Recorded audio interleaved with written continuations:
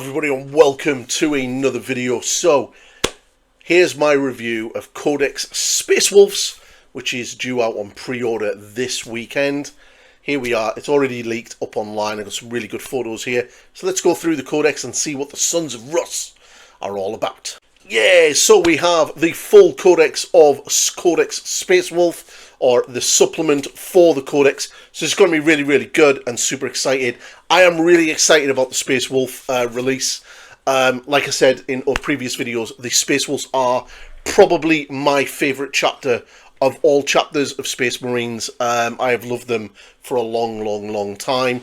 What more could you love? Space Marines that are Vikings in space with one of the coolest animals ever, a wolf. So yeah, so introduction, we've got obviously the detachments, enhancements and everything else. There are a few other pictures of what you get with the collector's edition, the box coming out of the box. Obviously this is all being leaked.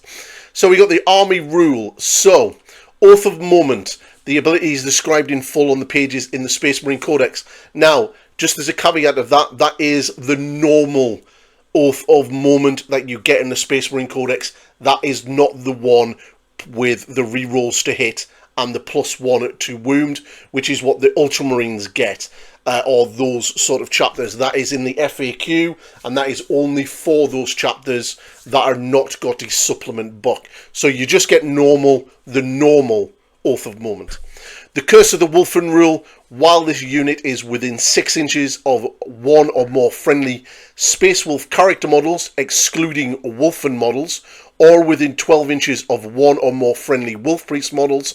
If it is not battle shocked, add 1 to the objective control characteristics of infantry models in it, and add 3 to the objective control characteristics of vehicle models in it. Pretty cool. So this is kind of like buffing your Wolfen, which is kind of cool. And then sagas. Each detachment rule in this book includes a saga you can complete with additional effects that apply once you have done so. We'll go through them once we get to it. So the Sons of Rus. The great companies of Space Wolves are renowned for their ferocity and steadfast loyalty to the Imperium. If an Adapter Society's unit has a second faction keyword on its data slate, obviously you can't use it. Space Wolf factions keywords. So one of the things I'm interested to see is what units we can't use. So if your army is using any of the attachments from this book, it can include any Space Wolves units, but it cannot include any Adapter Societies units drawn from any other chapter. So basically it means that you can't have like Marius Calgar in your Space Wolf detachment. Kind of like how they all work. So we've got the first detachment, which is Saga of the Hunter. So Quarry Pack. So each time a model in a Space Wolf unit from your army makes a melee attack that targets an enemy unit, if that enemy unit is within engagement range of one or more other Adapter Societies units from your army, or if the attacking unit contains more models that are enemy unit, add 1 to the hit rolls, +1 to hit is quite nice. If your saga is complete, see below, add 1 to the wound rolls as well. So the Saga of the Hunter, at the start of your first battle round, your quarry tally is 0. Each time an Adapter Societies unit from your army fights, after all of those attacks have been resolved, add 1 to your quarry tally for each enemy unit destroyed by those attacks. Once your quarry tally is equal to or greater than the number shown in the table below, depending on the battle size, your saga is complete. So standard 2,000 points army, you basically just need to kill 3 units. Kill 3 units, your saga is complete, and you're going to get +1 to hit and +1 to wound for the entire battle, which is pretty cool. They also have a couple of enhancements. So you've got Swift Hunter for a Space Wolf model only. Models in this unit have the Scout 7 ability. That is really nice. Maybe give that to a Wolf Priest in a unit of 20. Yes, a unit of 20 Blood Claws. And you're going to be scouting those Blood Claws forward 7 inches. Pretty nice. Fenrisian Grit, Adapter Societies model only. The bearer has the Feel No Pain 4+ ability. That is really good. Wolfmaster, models only in your command phase. Select 1 friendly Space Wolf unit within 9 inches of the bearer until the start of your next command phase.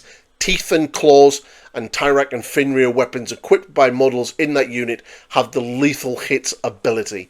So basically just pick a unit and they get lethal hits. Pretty sweet.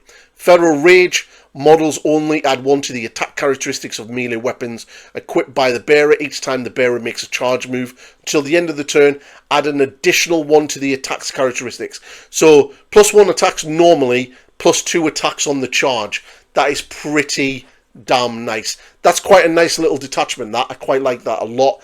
So let's see what the others are. I believe there's 3 in the book. So you do have a couple of stratagems. They're all 1 CP, which is always good.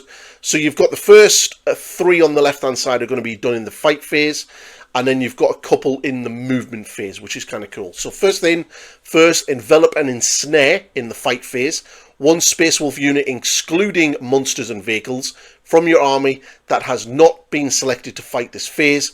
Until the end of the phase, each time a model in your unit makes a pile-in or a consolidation move, it can move up to 6 inches rather than 3. When doing so, it does not need to end the move closer to the closest enemy model, providing it ends that move as close as possible to the closest enemy model.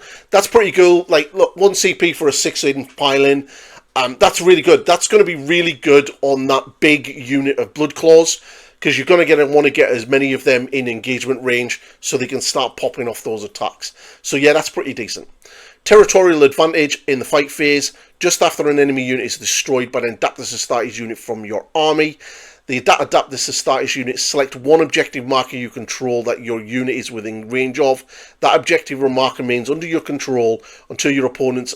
Basically, this one is sticky objectives, so that's not bad. Sticky objectives on 1 CP. We'll hopefully see if the Blood Claws or the Grey Hunters have this built into them already. But to be able to maybe throw in some Headtakers or some Terminators onto an objective, pay 1 CP and sticky object it, that's really, really, really strong. So I really like that. Something that my Emperor's Children are struggling with right now is because I don't have enough Tormentors in my army and I don't have enough sticky objectives. So the ability to just do this on 1 CP is really, really cool. Overwhelming Onslaught.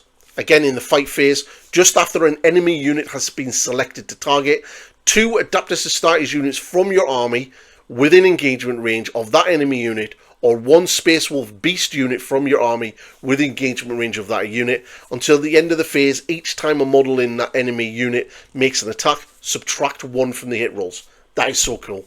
Yeah, these are really good stratagems so far.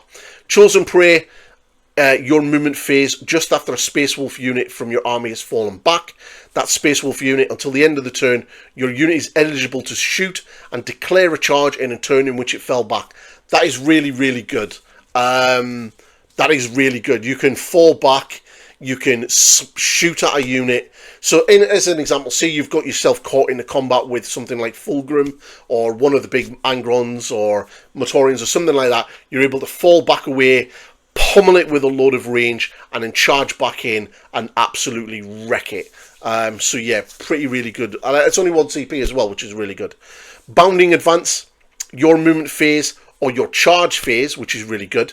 1 is Space Marine Infantry or Space Wolves Beast unit from your army that has not been selected to move or declared a charge. Until the end of the phase, each time a model in your unit makes a normal, advance, or fallback or charge move, it can move through models, excluding Titan models. When doing so, it can move within engagement range of enemy models, but unless it makes a charge move, it cannot end that move in engagement range. That's pretty good. So it basically gives you a little bit of maneuverability. Definitely prefer Chosen Prey over that one. Marked for Destruction, your shooting phase. 2 Adaptus Astartes units from your army, excluding beasts, that have not been selected to shoot this phase. Select 1 enemy unit visible to both of your units. Until the end of the phase, models in your units can only target the enemy unit, and only if it is eligible target. Each time a model in that unit makes an attack, reroll wounds of 1. That'd be really nice. Pretty much like 2 5-man units of Hellblasters working in conjunction with each other. That'd be pretty sweet. But yeah, that's this detachment looks quite fun, pretty simple to use. I imagine they're all going to be pretty much similar to this. Okay, Saga of the Bold. So this is Heroes of All. Each time an Adaptus Astartes unit from your army is selected to shoot or fight, apply one of the following when resolving those attacks. If your Saga is complete, see below, you can reroll 1 hit roll, 1 wound roll, or 1 damage roll. Otherwise, if the unit is a Space Wolf character, until a unit, you can re-roll 1 hit roll, 1 wound roll, and 1 damage roll. So, Saga of the Bold, each time a Space Wolf character unit from your army does one of the following, that unit achieves that boost. Once 3 or more different boosts have been achieved, units from your army, your Saga is complete. So hide as a trophy. That unit destroys your Oath of Moment target. Pretty good. So you just need to do 3 of these. Slay them all. That unit destroys your Oath of Moment target. And that is the second Oath of Moment target destroyed by that unit this battle. And then overrun positions. At the end of either player's turn, that unit is wholly within your opponent's deployment phase. And then hold the line from the second battle round onwards. At the end of your command phase, that unit is within range of the objective marker you control that is not within your deployment zone. So basically, each time a disaster unit from your army is selected to shoot or fight, apply one of the following when resolving those attacks. If your Saga is complete, you can re-roll 1 hit roll, 1 wound roll, and 1 damage roll. If it's a Space Marine character, you can re-roll all of it. So each time a Space Wolf character unit from your army does one of the following, that unit achieves the boost. Once 3 or more of the boasts have been achieved by units from your army. So it doesn't have to be with the same unit, which is good. So you can pretty much, you can pretty much do that. That's pretty cool. So you've got a couple of enhancements. So you've got the Braggart Steel. So Space Wolf model only add 2 to the strength characteristic of melee weapons equipped by the bearer. If the bearer unit has achieved 1 or more boosts, add 1 to the damage characteristic of those weapons as well. That is really good. +2 strength and then +1 damage. Nice. Skillald. Adaptive status model only. Each time a Space Wolf character unit from your army achieves a boost, if the bearer is on the battlefield, gain a CP. So obviously, I quite like that. That's quite good. I prefer the steel one so far. Horde Slayer, Space Wolf model only. At the start of the fight phase, if there are more enemy models than friendly models wholly within 6 inches of the bearer, until the end of the phase, add 2 to the attacks characteristics of melee weapons equipped by the bearer. If the bearer's unit has achieved 1 or more boosts, add 3 to the attacks characteristics instead. That is pretty nice. Normally going to get 2, but if you've done a boost, you're going to get 3 additional attacks. It's pretty cool. And then Thunderwolf's Fortitude, adaptive status model only. The first time the bearer is destroyed, remove it from play. Then at the end of the phase, roll a d6 on a 2+, set up the bearer back up on the battlefield and choose a possible... basically, you come back with 3 wounds, but on a 2+, you basically come back after death, which is not bad, actually. That's quite a popular... sort of enhancement currently in the Emperor's Children competitive armies. Inspiring Presence for 1 CP.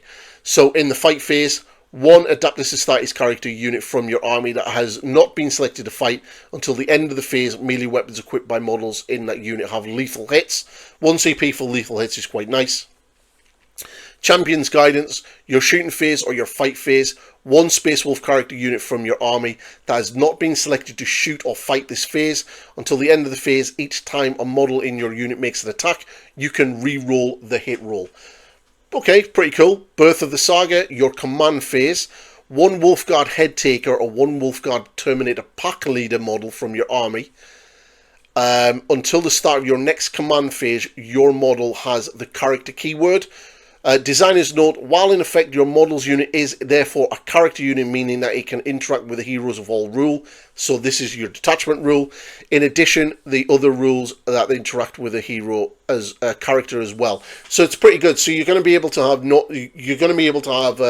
like a character unit, make that unit champion, unit leader, a character, which they may not necessarily be, and then you're going to be able to do your Saga, which is pretty sweet. Then you got Alpha Strike, your charge phase, 1 adaptive status character unit from your army. Until the end of the phase, your unit is eligible to declare a charge in a turn in which it advanced. Run in charge for 1 CP. Mwah. Absolute peak. Then you got Heroic Resolve. Now this is 2 CP, and it's your opponent's shooting phase just after an enemy unit has selected its target. 1 Space Wolf character from your army that was selected as the target of one or more attacks enemy units. Until the end of the phase, each time an attack is allocated to a model in your unit, subtract 1 from the damage characteristic. That's pretty cool. -1 damage. Nice. But it is 2 CP though. It's quite expensive. Counter charge. Your opponent's charge phase, 1 adaptive society's character unit from your army that is within 6 inches of one or more enemy units and would be eligible to declare a charge against one or more of those enemy units if it were your charge phase. Your unit now declares a charge that targets only one or more of those enemy units, and you resolve the charge as if it was your charge phase. Note that even if the charge is successful, your unit does not receive the charge bonus this turn. So you're not going to get fights first with it, which is fine, but you're still going to be able to charge at your opponent, which is pretty decent. So yeah, a couple of expensive ones there. Alpha Strike is really nice. Inspiring Presence is really good. But yeah, some pretty decent, nice little stratagems there. Then Saga of the Beast Slayer, so Legendary Slayers. Each time an Adaptive Society's model from your army makes an attack, if that target, if your attack targets a character, monster, or vehicle unit in your unit, or if your saga is complete, that attack has lethal hits, which is quite cool. So at the start of the first battle round, the Beast Slayer tally is 0, and you determine your Beast Slayer target by halving the number of units from your opponent's army that have one or more of the following keywords: character, monster, vehicle. Each time an Adaptive Society's unit from your army shoots or fights, after all of those attacks have been resolved, add 1 to the Beast Slayer tally of each enemy unit with one or more of the following keywords. Once your beast tally is equal to or greater than your beast tally target, your saga is complete. So basically, I played my friend last night and he had 4 vehicles. So if I was to use this saga against his armies, I would need to basically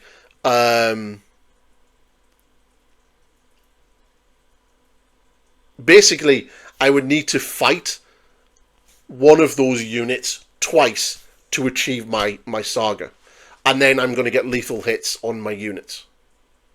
That's pretty cool. So yeah, it's pretty easy to do.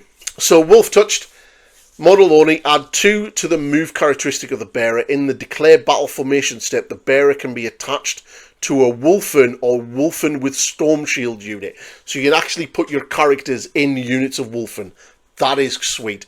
I'm really interested to see what they've done with the Wolfen when we get to them later on in the review.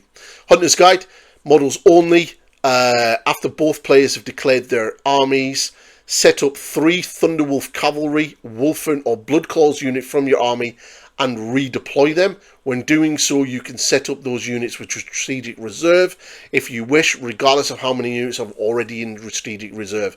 That's cruel. Bait and switch. So you're going to be able to bait out your opponent by putting a big unit of Wolfen or Cavalry or that big blob of 20 Bloodclaws on a flank or wherever.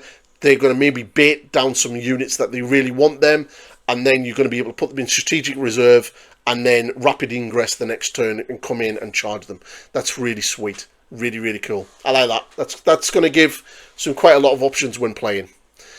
Space Wolf model only once per battle. At the start of the fight phase, if the bearer is leading a Bloodclaw unit, the bearer can use this enhancement. If it does, until the end of the phase, improve the armor penetration characteristics of the melee weapons equipped in that unit by 1. +1 arm AP. Not bad. Helm of the Beast Slayer. Each time an attack made by a character, monster, or vehicle model targets the bearer, reduce the armor penetration by -1. That's pretty sweet.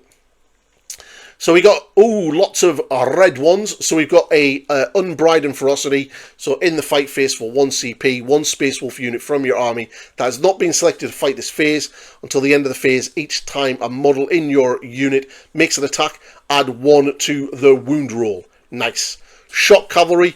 This is a nice stratagem for Thunderwolf Cavalry, your movement phase or your charge phase 1 CP. Thunderwolf Cavalry unit from your army that has not been selected to move or declare a charge.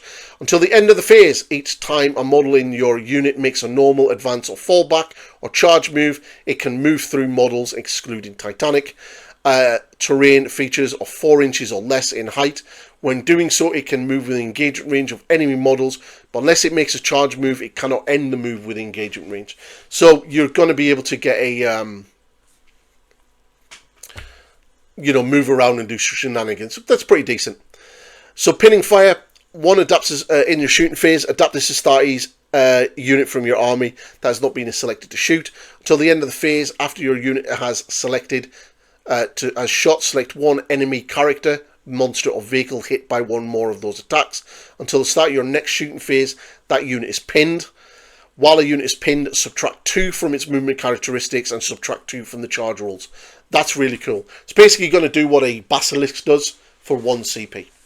Thunderous Pursuit, 1 CP. When you're in your opponent's movement phase, after an enemy unit that it ends a normal advance or fallback move, 1 Adaptus Astartes unit from your army that is within 9 inches of the enemy unit and not within engagement range of 1 or more enemy units, your unit can make a normal move up to D6.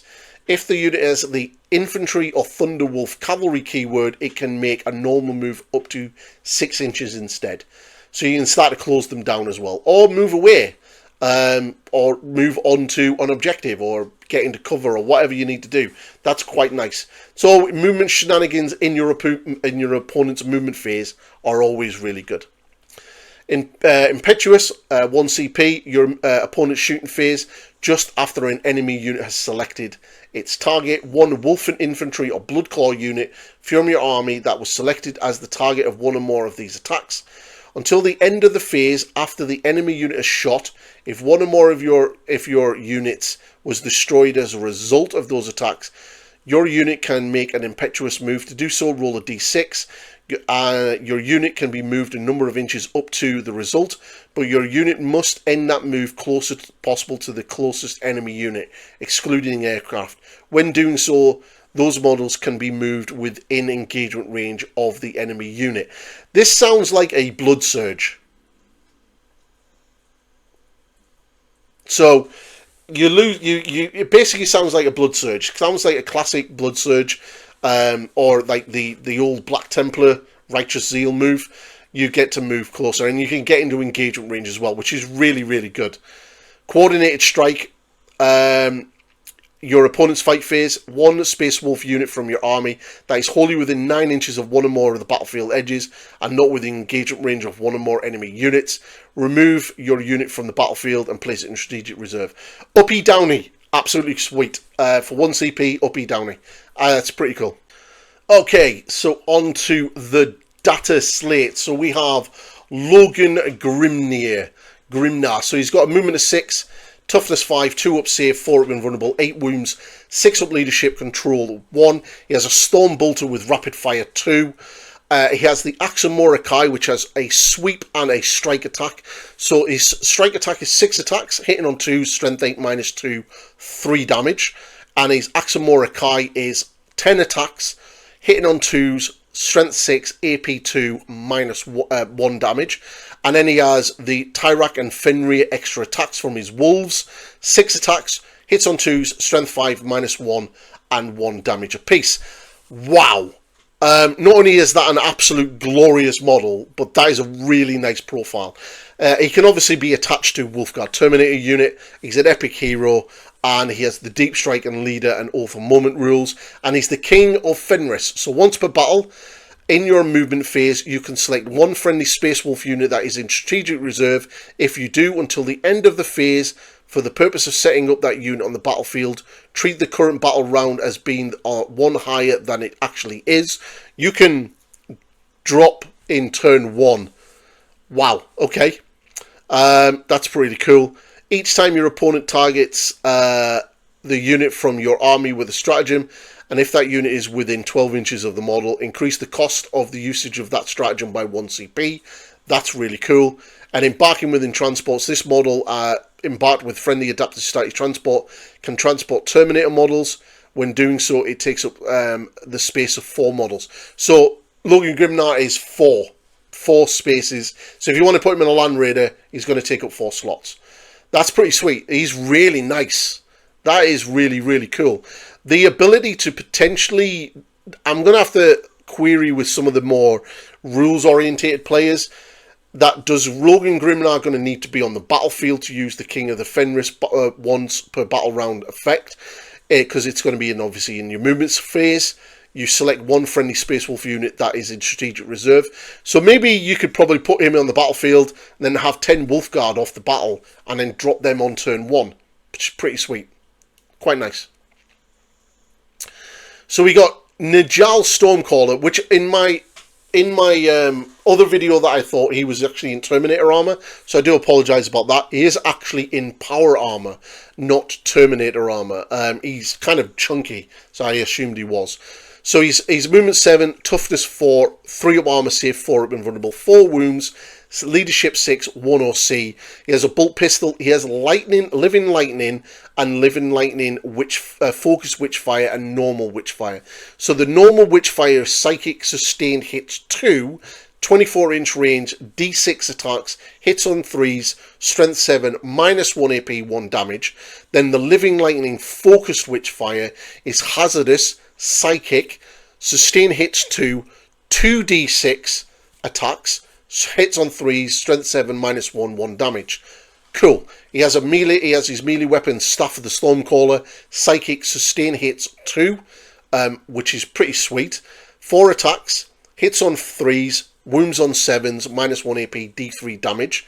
He can join Bloodclaws, Grey Hunters, and Wolfguard Headtakers, and obviously he's an epic hero. He's a leader, Oath of Moment, and he has the Windwalker Psychic ability. While this model is leading a unit, ranged weapons equipped by models in that unit have the Assault ability, and each time that unit advances, do not make an advance roll. Instead, it just goes a flat 6 inches. That is so good. That is so good. Yeah, that is a really good, just flat 6-inch run, especially when you couple that in with the detachment that allows you to run and charge. Yeah, and you can join that 20 strong Bloodclaw pack and get them run and charge and flat 6 inches. Wow, pretty sweet. Tempest Wrath, psychic in your shooting phase. After this model's unit has shot, select one enemy unit, excluding monsters or vehicles, hit by one or more of those attacks made by this model's living lightning weapon. Until the end of the start of your next turn, the enemy unit is storm-racked. While the unit is storm-racked, subtract 6 from the range of the characteristics of its guns equipped by models in that unit to a minimum of 12. That is cool. That is really cool. Yeah, Najal's he's pretty decent. Ulrich the Slayer, it's such a shame he hasn't got a Primaris miniature yet. Hopefully maybe in the future he'll get some Primaris love. I would love to see a Primaris version Ulrich the Slayer. I reckon if you bought this plastic model and the new Wolf Priest, you could probably do quite a nice conversion of the two. So he's movement 7, which is probably going to be a trend across the Space Wolves. Toughness 4, 3 up save, 4 up invulnerable, 4 wounds, leadership 5, really solid, 1 OC. He has a plasma pistol, which is standard plasma pistol. Weapons, Crozius Anchorum, which is anti-monster 4 and anti-vehicle 4. 5 attacks, 2s, strength 6, -2 AP and 2 damage. He can join Bloodclaws, Grey Hunters and Wolfguard Headtakers. He has Feel No Pain 6+ and a leader, and he has Oath of Moment. So he's got Slayer Oath. So at the start of the battle, select one of the following keywords to be the model's Slayer Oath: character, monster, or vehicle. The first time this model unit destroys a unit with the model's Slayer Oath keyword. If your detachment has a Saga, until the end of the battle, this unit has received the benefits of that detachment as if the Saga has been complete. That is really, really cool. That is really good. Yeah, especially with some of the Sagas as well, which is really quite a nice little buff. Again, it's just a shame that he doesn't have a new miniature yet. This model is still beautiful, though. Oathbound, while this model is leading a unit, each time a model in that unit makes a melee attack, add 1 to the hit rolls. If the target unit has that has models Slayer Oath keyword, see above, add 1 to the wound roll as well. That's pretty sweet. I like Ulrich, and be interested to see how many points he ends up with, which is pretty sweet. So let's have a little look at the rest of them. Next up, we have Bjorn the Fell-Handed. He is a Dreadnought. Sadly, no new model. Such a shame. They teased the artwork as well. I do think he will eventually get a new model, a new plastic kit, to be fair, because this is the only army with boxed Dreadnoughts in it, to be honest. So I can see that getting phased out probably next edition. So, movement 9, toughness 9, 2 up save, 5 invulnerable, 8 wounds, leadership 6, 3 OC. This model's assault cannon can be replaced with a Hellfrost cannon or a multi-melter. So its assault cannon has devastating wounds, 6 attacks, hits on 2s, strength 6. Has the flamer which ignores cover and is torrent. The Hellfrost cannon is dispersed, torrent, d6 attacks, strength 6, -1 AP, 2 damage, or focused, which is 1 attack, hits on 2s, strength 10, -3 AP, 5 damage, which is quite nice. Or you can have a multi-melter, which is 2 attacks, hits on 2, strength 9, -4 d6. I'd probably give him the Hellfrost cannon, to be fair. It is a 36-inch range as well, which is pretty sweet. So it's quite good. He has Deadly Demise 1, Feel No Pain 5+, and he's Legendary Tenacity. Each time an attack targets this model, if the strength characteristic of that attack is greater than the model's toughness characteristic, subtract 1 from the wound rolls. So if you are strength 10 or more, you're going to be -1 to wound him, which is good. And at the start of your command phase, if this model is on the battlefield, gain a CP. So each time he's on the battlefield, every command phase, if he's on the battlefield, get +1 CP. So you're going to be getting +2 CP a turn, which is pretty sweet. He's an epic hero, and yeah. Now we have Ragnar Blackman, probably one of my favourite characters of all. Movement 7, toughness 4, 3 up armor save, 4 up invulnerable. Shame that he doesn't have a 2 up. Maybe Primaris Marines don't have Artificer armor anymore, unless you're a Sanguinary Guard. 5 wounds. Okay, I would have hoped he would have had 6, but 5 is fine. Leadership 6, 1 OC. He has a bolt pistol. He has Frost Fang, which is a sword giving him sustained hits 1. He has 8 attacks, hitting on 2s, strength 6, -3 AP, and doing 2 damage. That's not bad. It's not a bad profile. Not bad at all. He's a he can lead Bloodclaws and Wolfguard Headtakers. He is essentially a Bloodclaw himself. I don't think he ever grew out of being a Bloodclaw, even when he became a Wolfguard and eventually a Wolflord. Doesn't even have a beard. He's a leader. He's off the moment, so he's got Warhowl. While this model is leading a Bloodclaws unit, each time a model in that unit makes a melee attack, you can re-roll the wound rolls. And while this model is leading a Wolfguard Headtakers unit, that unit is eligible to declare a charge in the turn in which advanced. So it's kind of wanting you to put him into a Headtakers unit rather than a Bloodclaws unit, which is kind of cool. So it's kind of good that his Warhowl kind of affects either of units differently. He's got Battle Lust, so each time this unit ends a charge move until the end of the turn, add 2 to the attack characteristics of this model's Frostfang weapon. So he ends a charge, he ends up getting 10 attacks on the charge. I like Ragnar, it's a beautiful model, he is one of my favourite characters. Yeah, I'm pretty impressed with that. Now, we've all heard about Ragnar Rockfist because they showed him off in the article. He is a beast. He's got movement 6, toughness 5, 2 up save, 4 invulnerable, 6 wounds, leadership 6, 1 OC. He's a beautiful model. I love the fact that you've got the options with the hammer of either having it being thrown or holding it. That's pretty sweet. 4 hammer is as a ranged weapon is anti-monster 3+, anti-vehicle 3+, and assault. 6-inch range, 1 attack. Strength hits on 2s, strength 8, -2, 3 damage. Nice. And then in melee again, anti-monster 3, anti-vehicle 3, and precision. 5 attacks, hits on 2s, and is hits on 2s, strength 8, -2 AP, and 3 damage. Can be attached to Wolfguard Terminators. Now, here's the thing, his rules. Deep Strike, Leader, and Awful Moment. So while this model is leading a unit, each time a model in that unit is destroyed by a melee attack, if that model has not fought this phase, roll a d6 on a 4+. Do not remove the destroyed model from play. The destroyed model can fight after the attacks have finished making its attack, then it is removed. So he basically gives his unit fights on death on 4+, which is sweet. Now, each time this model makes a melee attack that targets a character, that you can re-roll the hit roll and the wound rolls Now, he is an epic hero. It's a bit of a shame. I was really hoping he was going to be able to join Logan Grimnar in a unit of Wolfguard Terminators. But he can't, which is a shame. Sad face, because that would be really, really cool. You would have imagined he could, because he is like Logan's champion. But, alright, okay. I suppose it gives you another character to lead Terminators if you want that all-Terminator army, which you know a lot of Space Wolf players, myself included, are probably going to collect, because that would be cool. You got your Wolf Priest, the new model, which looks absolutely beautiful. That bare head with a big beard is just so cool. Movement 7, toughness 4, 3 up, 4 up, invulnerable save, 4 wounds, 6 up, leadership, 1 OC, standard.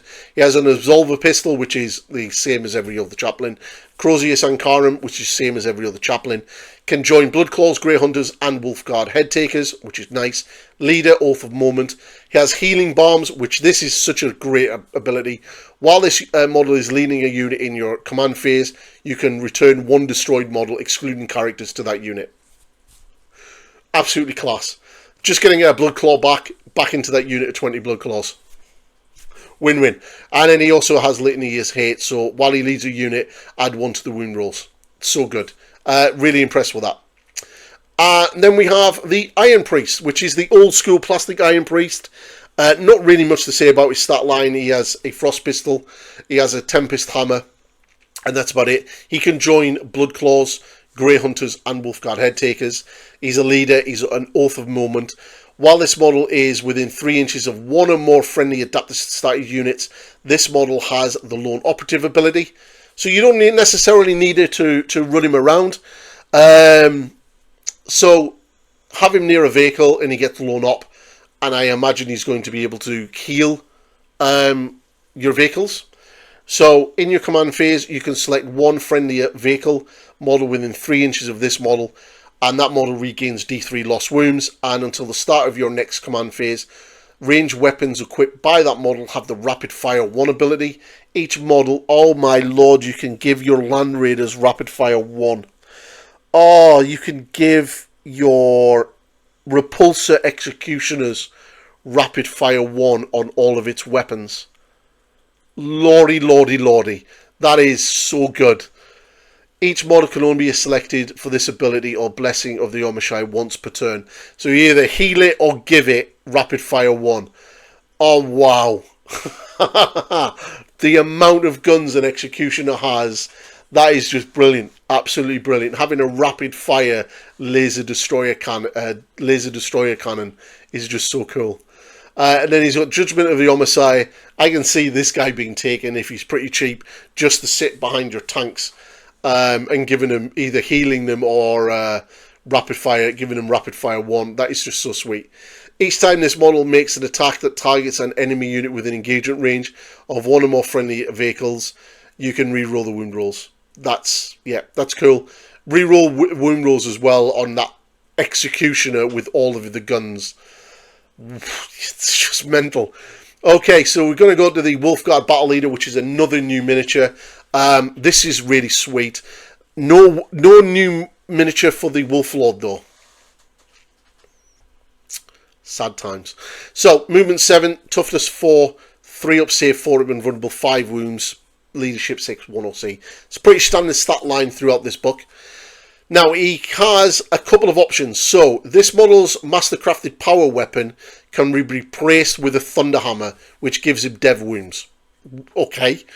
This model's Storm Shield can be replaced with one of the following: a mastercrafted bolt carbine, or a mastercrafted heavy bolt pistol, or a plasma pistol. So you can still have hammer and shield if you want, or you can have hammer and pistol, or you can have the mastercrafted power sword, shield, or pistol, which is pretty sweet.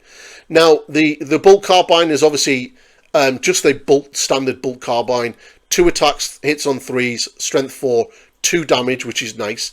Then you can have the heavy bolt pistol, which is pretty much what most of them have, like your assault intercessors and stuff. So it hits on 4s, so strength 4, hits on 3s, -1, 2 damage, range 18. Then you can have a plasma pistol, which is a plasma pistol. Now, the power sword and the thunder hammer. The power sword gives him 7 attacks. The thunder hammer only gives him 5. Power sword is hitting on 2s. The thunder hammer is hitting on 3s. Basically, it's a difference between strengths. So the sword is strength 5. The hammer is strength 8. They're both AP 2, and they're both 2 up damage. So yeah, it really depends on what you want him to do. Really quite nice. He can join Blood Claws, he can join Grey Hunters, he can join Headtakers. But I think it's all going to be about his rules. So leader, Oath of Moment, so Tempestuous Ferocity. While this model is leading a unit equipped with models in that unit have the sustain hit, so he gives the unit sustain hits 1 ability. And each time a model in that unit makes an attack that targets an enemy unit within 6 inches, re-roll the hit rolls of 1. Cool. Heroic Last Stand. So if this model is destroyed by a melee attack, you fight on death on a 2+. Sweet. And the Storm Shield gives him a wounds characteristic of 6. So maybe the shield and a hammer would probably be what you want to do. And then you know, he's a Wolfguard leader, so this model can be crafted. Now, he is the battle leader. He doesn't have the lieutenant keyword. So he's going to be acting as an independent sort of character, which is a bit of a shame because in the lore they are essentially lieutenants in regards to like standard chapters. But we'll see if they're, you know, if they're better. I prefer this to be over a lieutenant anyway. So we got Blood Claws and Grey Hunters. So start with the Blood Claws. Movement 7, Toughness 4, 3 up save, 2 wounds each, leadership 6, OC of 2. They can have bolt pistols or a plasma pistol, and there are options. And then the starties, chain swords, and a power weapon. So the Bloodclaw pack leader can bolt pistol can replace with a plasma pistol, and his chain sword can be given a power sword. So no power fists or lightning claws or anything cool like that in this unit.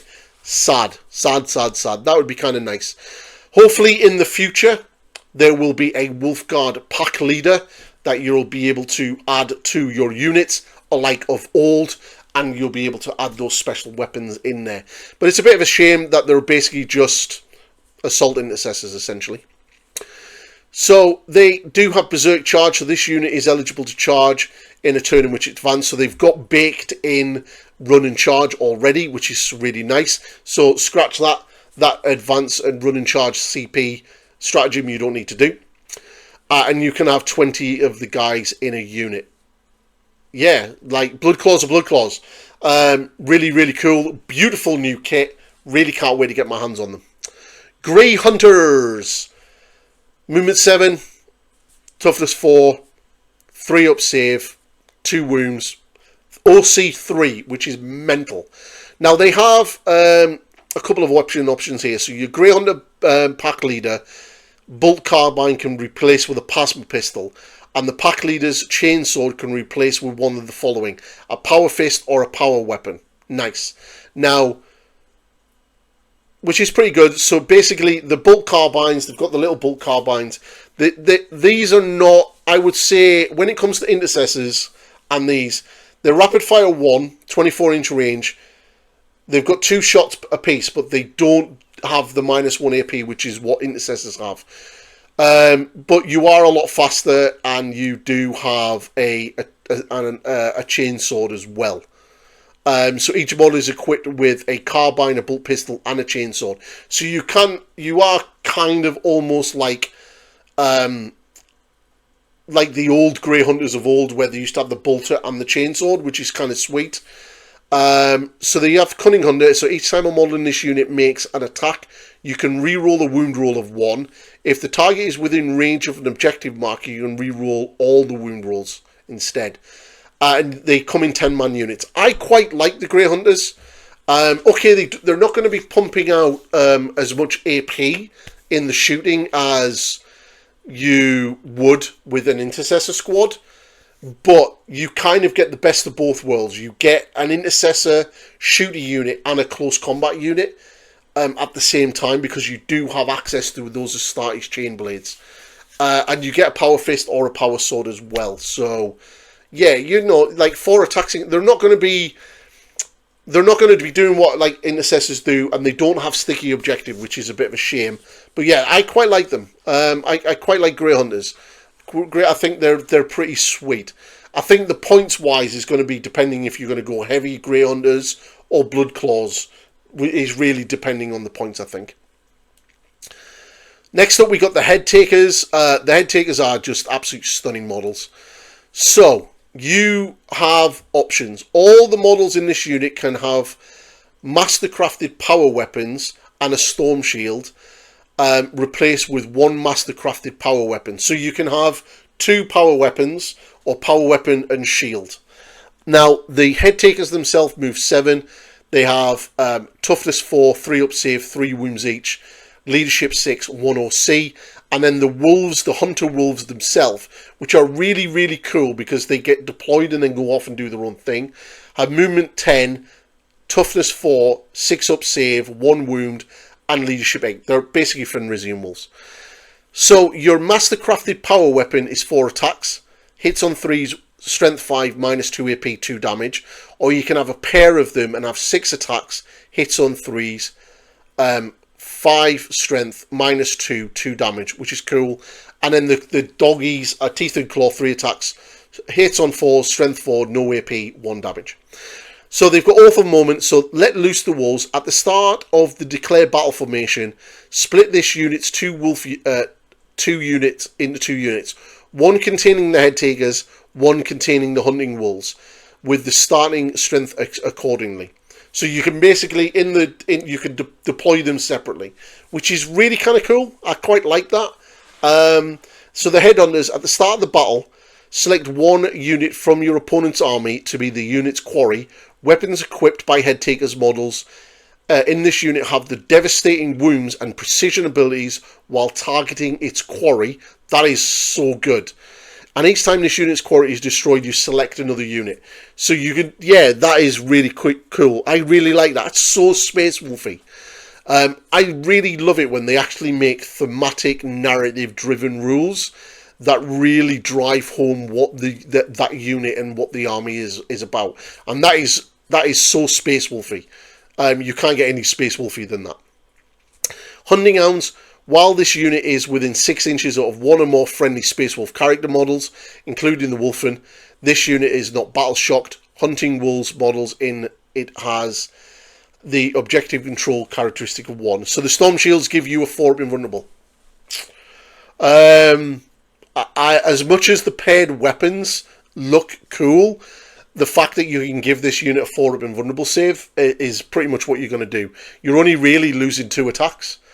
And you're gaining a 4-up invulnerable save. And you can have a unit of 6 of these guys as well. So yeah, I would go 6 of these guys in a unit. Axe and shield or sword and shield. Yeah, absolutely sweet. And then you're going to have quite a lot of wolves by the looks of it. Up to 6 wolves in the unit. Yeah. That's pretty damn cool. Next up we have Thunderwolf Cavalry.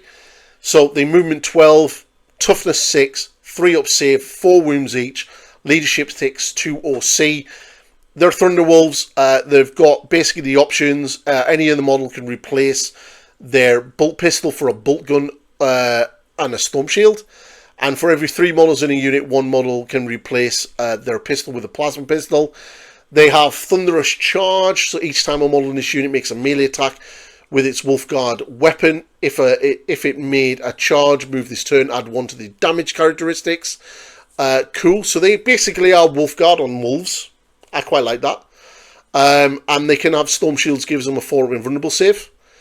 And you can have up to 5 of them and a pack leader in a squad.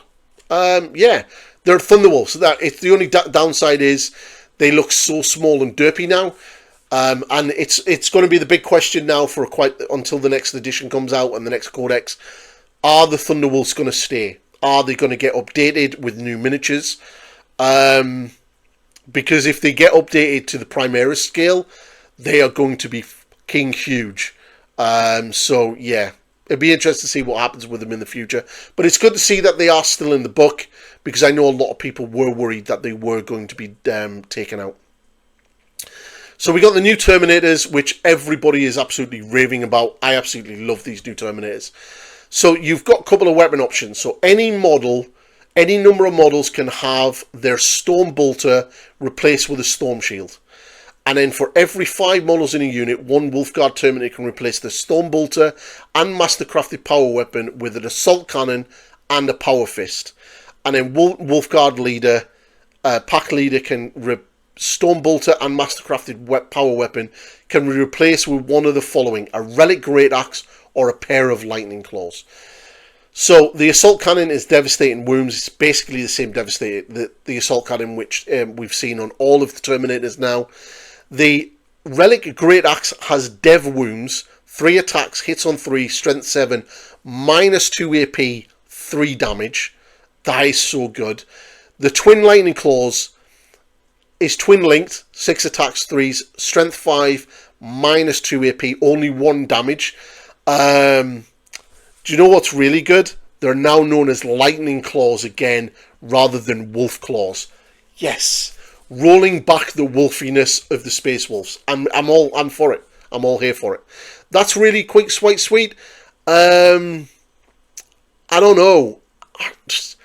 That Great Axe just one, it looks so good. But yeah, you'd probably go for the Great Axe, really, wouldn't you? Big, gnarly, two-handed axe, you're probably going to go for it.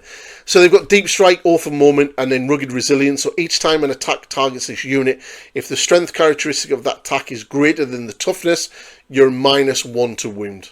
So strength 6 or more, you're minus 1 to wound them. And the Storm Shields will give them a 4 wounds each. So you can have up to a 10-man unit with these. 10-man unit. As someone who has an Emperor's Children army, I'm really jealous at all these 10-man unit Terminator squads. So if you are watching this Games Workshop, can Emperor's Children have 10-man units of Terminators? The Terminators are not very good, but it would be really cool. These are amazing. Absolutely amazing. Love them. Beautiful models as well. Then we have the Fenrisian Wolves, which are basically doggies. They're exactly the same as the ones that the Headtakers have got. They have predatory instincts, so once per turn, when an enemy unit ends a normal advance or fallback move within 9 inches of this unit, it can make a normal move up to D6. And then hunting squads, while this unit is within 6 inches of one or more friendly Space Wolf character models, excluding Wolfen, if this unit is not battle shocked, models have the OC control of 1. So kind of cool. But again, it's Fenrisian Wolves, so don't expect too much from them. So obviously, a unit that I'm very much interested of, because I was a bit shocked when I noticed that they split the unit into 2 separate units. So you have the Wolfen unit, and these are the ones without the Storm Shields. Now they move 9 inches, they toughness 6, nice.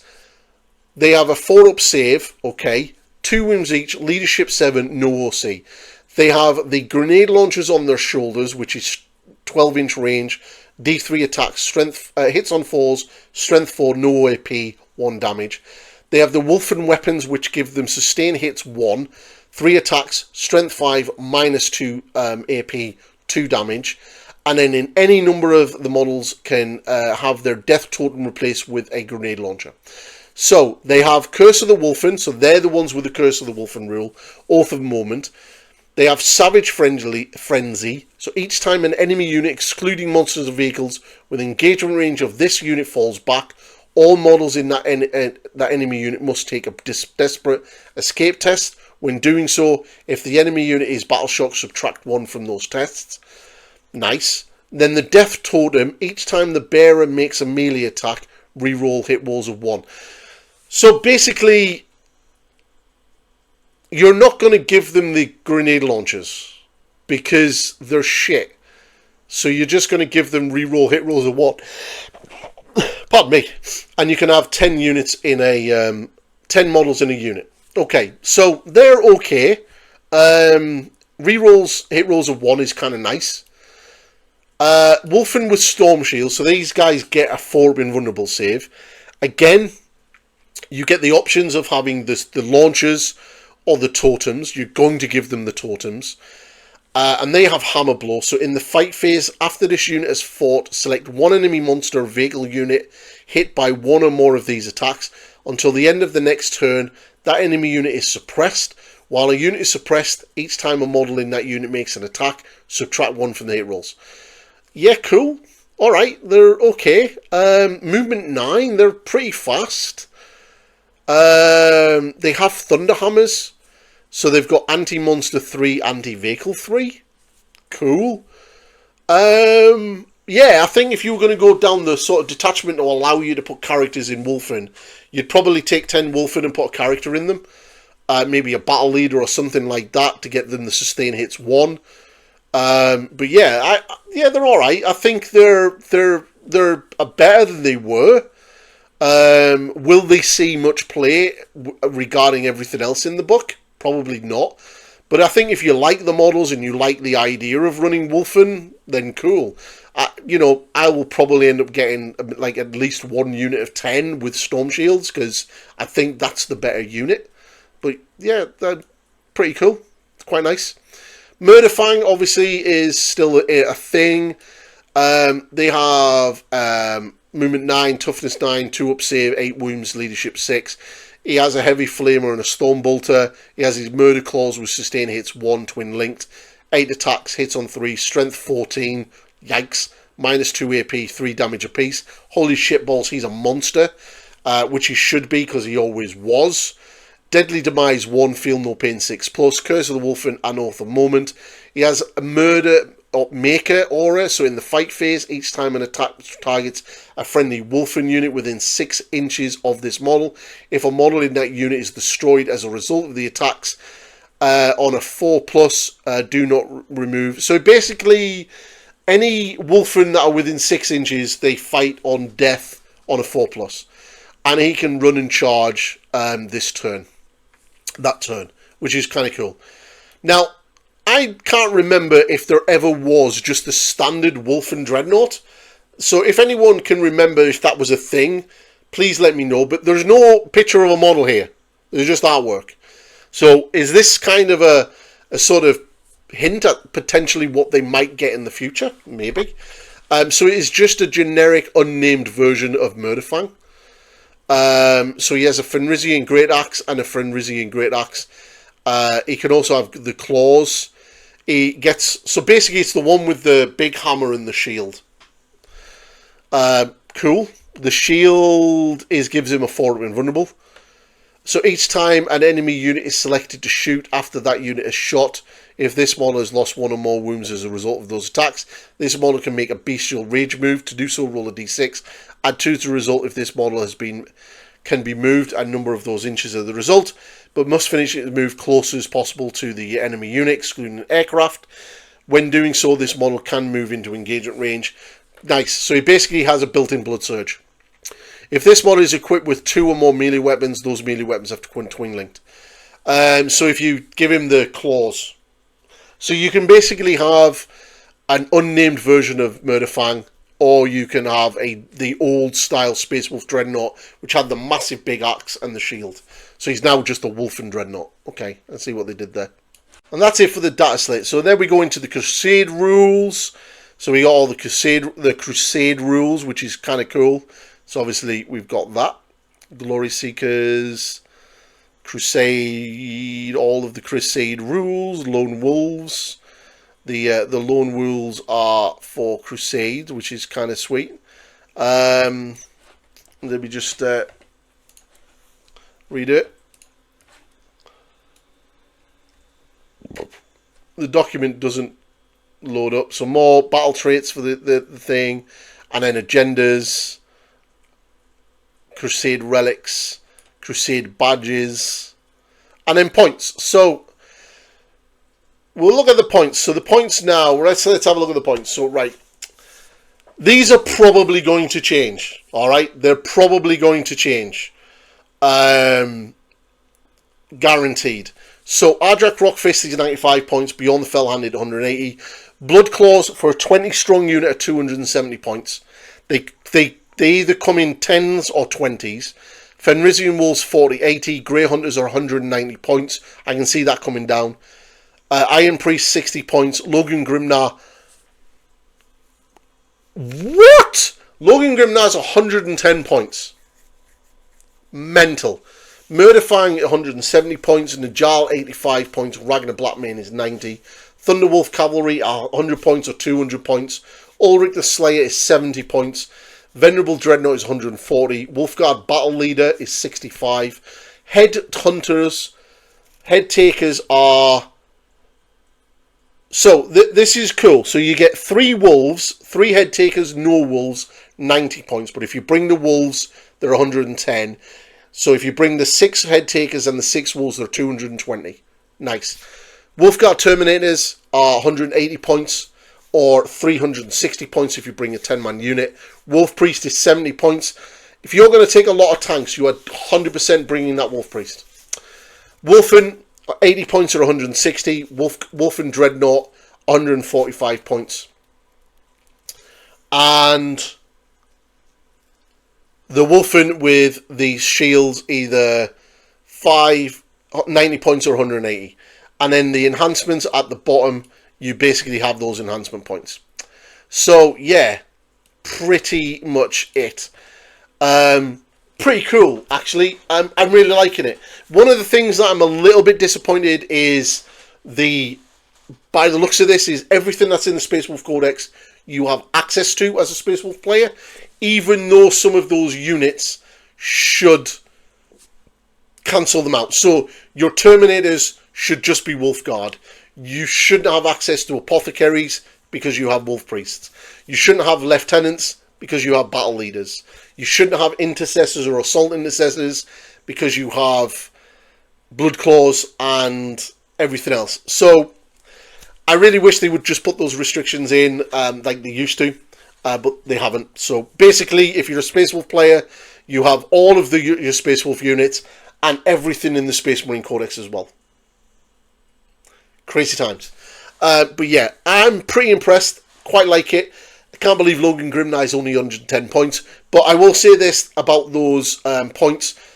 There is probably a very good chance that as soon as this box comes out, that those points in that book will get changed probably within a week of it coming out. I believe that there is meant to be a update, a balanced data slate next month. So I would not be surprised if the Space Wolves don't get points adjustments in that before the actual main release of the Space Wolf comes out. But yeah, all in all, as a Space Wolf fan, I am super excited about this. I can't wait to get my hands on this book and get my hands on the army. Have no fear, the Emperor's Children are going nowhere. I'm still thoroughly enjoying them, my boys in pink. But my Space Wolf army is definitely going to be happening. And yeah, it's going to be great times. The biggest thing missing is Russ. Where is he? Why have we not got Russ? I could probably do another video on what this means for the future of Space Wolves, because there are a lot of things in here that are missing and potentially could get new miniatures, because there's definitely clear indications there. But we can do that in a later video and a later time. But hopefully you've enjoyed this review. You've enjoyed the book. If you have, please like the video. Drop a comment of what you think of the Wolves. And most importantly, hit that subscribe button. There's about 72% of my viewers are not subscribed yet. So it would be amazing if the vast majority of you could start hitting that subscribe button. It's completely free, costs you nothing, but it helps the channel so much and start helping me grow. We're almost at 4.1k. It would be amazing if we can actually hit that very soon. Peace and love to everybody, and I will catch you all in the next video. Goodbye for now.